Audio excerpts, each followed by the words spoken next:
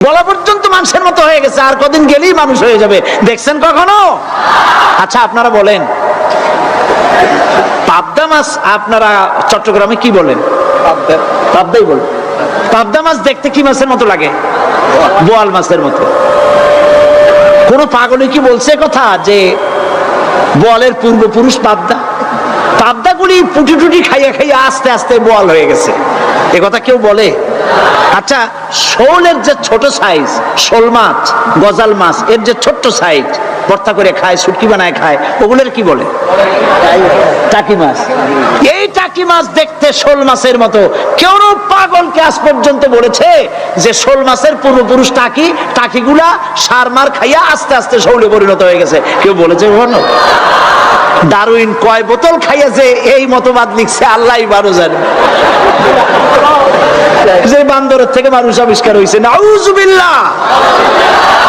এগুলি পড়ানো হয় কলেজে, বিশ্ববিদ্যালয়, তাই আমাদের সোনার ছেলেরা বান্দরামি করে। ওদের যদি পড়ানো হইতো তোমরা বান্দরের গোষ্ঠী নও, তোমরা মানুষ। মর্যাদা কার বেশি, বান্দরের না মানুষের? এ পৃথিবীর প্রথম মানুষকে আদম আলাইহিস সালাম। আদম হইছেন কি দিয়ে? মাটি দিয়ে। আল্লাহ রাব্বুল আলামিন যিনি মানুষ সৃষ্টি করেছেন, তিনি কোরআন শরীফের ভিতরে বলে দিয়েছেন, আমি প্রথমেই বলেছি, আপনারা লক্ষ্য করুন, এই কোরআন তাবিজের কিতাব নয়, এই কোরআন তদবিরের কিতাব নয়, ঝাড়ফুঁকের কিতাব নয়। কোরআন হলো পৃথিবীর মানুষের জন্য কোড অফ লাইফ, পূর্ণাঙ্গ জীবন বিধান। সবকিছু আল্লাহ পাক কোরআনের ভিতরে বলে দিয়েছেন, কোন জিনিস বাদ দেন নাই। আপনি আমি কেমনে সৃষ্টি হয়েছি আল্লাহ পাক কোরআনের ভিতরে বলেছেন, ইন্না খালাকনাকুম মিন তুরাবিন সুম্মা মিন নুতফাতিন সুম্মা মিন আলাকাতিন সুম্মা মিন মুদগা। নিষ্প্রাণ মাটি দিয়ে তোমাকে উৎপন্ন করা হয়েছে, নিষ্প্রাণ মাটি উপাদান দিয়ে তোমাকে তৈরি করা হলো। মায়ের পেটের ভিতরে এক ফোঁটা নাপাক পানি জমাট রক্তে পরিণত হয়ে গেল, জমাট রক্ত আস্তে করে গোস্ত পিণ্ড হলো, গোস্ত পিণ্ডকে সুন্দর করে সাজায়া হাড্ডি গুড্ডি বানায়া স্ট্রাকচার তৈরি করে তার উপরে ফাকাসাউনাল ইযামা লাহমা, চামড়া দিয়ে গোস্ত দিয়া সাজায়া সুন্দর করে বানালাম। আল্লাহর পরিচয় শুনুন, আল্লাহ আমার কেমন আল্লাহ।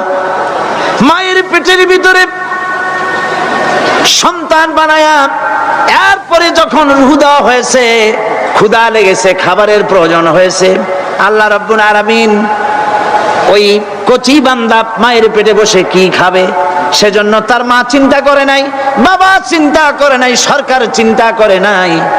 আল্লাহ রাব্বুল আলামিন মায়ের মাসিক অসুখকে বন্ধ করে দিয়ে সন্তানের নাভির সাথে আর মায়ের নাভির সাথে তার লাগায়া, পাইপ লাগায়া মায়ের মাসিক অসুখের রক্তগুলি দিয়ে সন্তানকে বড় বানালেন। মুখ দিয়া এই রক্ত পান করালেন না, মুখটাকে পবিত্র রেখে দিলেন যাতে করে পৃথিবীতে আসার পর ওই মুখ দিয়া আল্লাহ রাব্বুল আলামিনের জিকির করতে পারো। সন্তান মায়ের ভিতরে পেটের ভিতরে বড় হলো, আল্লাহ রাব্বুল আলামিন বলেন মাস দিন যখন পুরা হয়ে গেল, সুম্মা নুখরিজুকুম তিফলা, বাচ্চার আকারে পৃথিবীতে নিয়ে আসলাম। এখন খাবা কি? পৃথিবীতে যখন বাচ্চা এলো তখন তার পেটের সাথে যে সংযোগ ছিল মায়ের নাভির সাথে আর সন্তানের নাভির সাথে, সেই সংযোগ তার আর কি থাকলো? কি করা হলো? কেটে দেওয়া হলো। লক্ষ্য করুন, খাবারের জন্য একটি মাত্র পাইপ আল্লাহ লাগাইছিলেন, পৃথিবীতে সন্তান আসার সঙ্গে সঙ্গে পাইপটা কেটে দেওয়া হলো।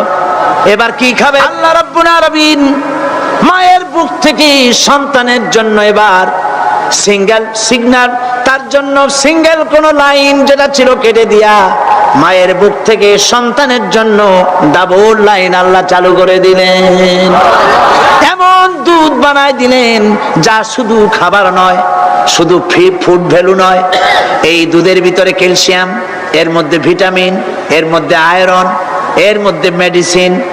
দুনিয়ার এই সন্তান ছিল ফি কারারিম মাকিন, সুরক্ষিত জায়গার ভিতরে ছিল, কোনো পলিউশন সেখানে যেতে পারতো না, রোগের জার্ম সেখানে যেতে পারতো না। দুনিয়ায় এলো দূষিত আবহাওয়ার ভিতরে, এই সন্তানকে এখনই অ্যান্টিবায়োটিক খাওয়ালে পরে অসুবিধা হবে।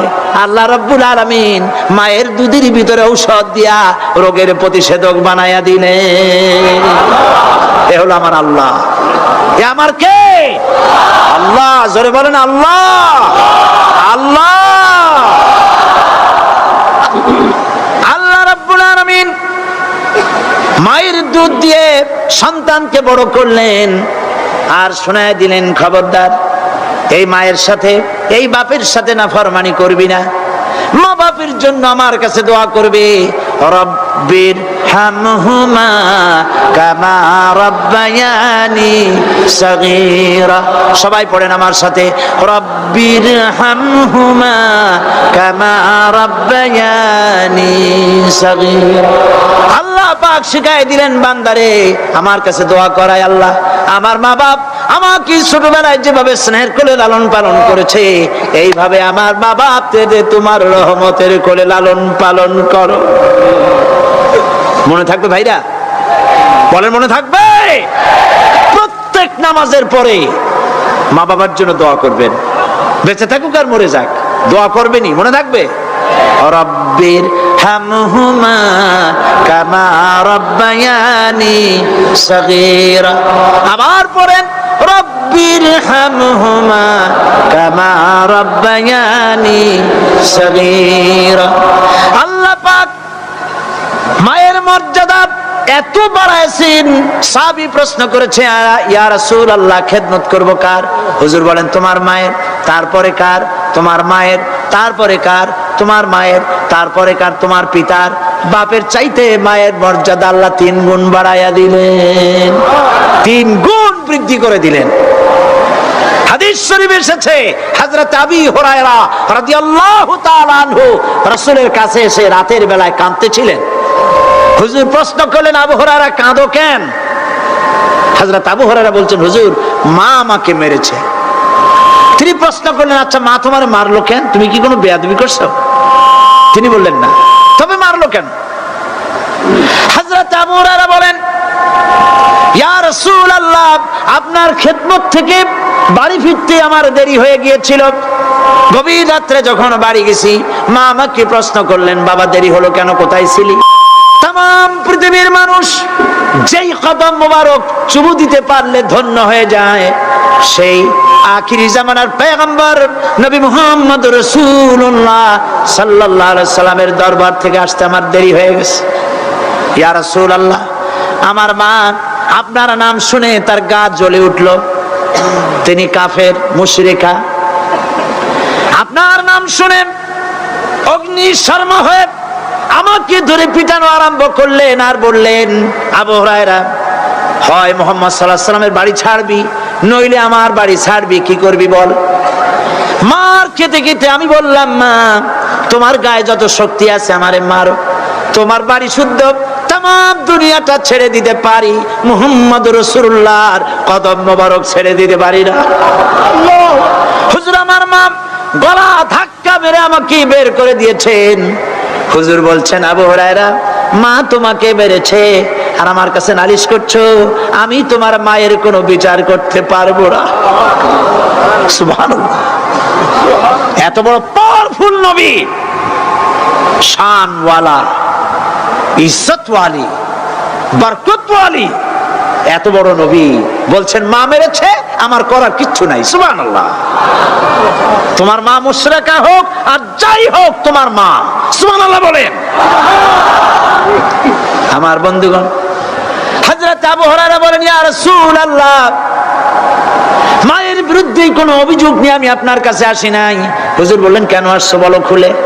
আবু হুরায়রা বলেন, হুজুর আমি জানি আপনি আল্লাহর দরবারে যদি কোনো ব্যাপারে হাত তোলেন আল্লাহ মঞ্জুর করে ফেলেন, আপনি দয়া করে আমার মার জন্য দোয়া